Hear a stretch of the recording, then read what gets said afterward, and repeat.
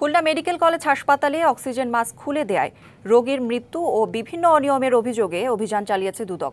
সেখানে আছেন সহকর্মী আমিরুল ইসলাম, যুক্ত হব তার সাথে। আমির, একটু আগেই তো দুদকের অভিযান শেষ হয়েছে, কি কি অনিয়মের প্রমাণ পাওয়া গেছে জানাবেন।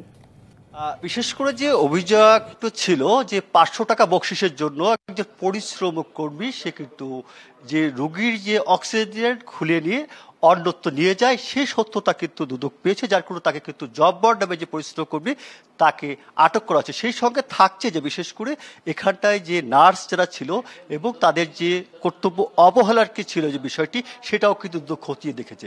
যার কারণে যে এখানটায় থাকছে যে এই ঘটনা ঘটার পর থেকে কিন্তু যে হাসপাতাল কর্তৃপক্ষের পক্ষ থেকে এখানটায় যে আপনার তদন্ত কমিটি গঠন করে 5 সদস্যের তদন্ত কমিটি কার্যক্রম চলছে। এবং নায়াসিনামাইড ও স্যালিসাইলিক সমৃদ্ধ লিলি ফেস ওয়াশ যা ফেসের ডেড স্কিন সেল দূর করে দেয় দ্বিগুণ ফাস্টার ব্রাইটেনিং। এখানটায় যে পরিচালক, সেই পরিচালকের রুমে বসেই কিন্তু যারা এর সঙ্গে সম্পৃক্ত ছিলেন, বিশেষ করে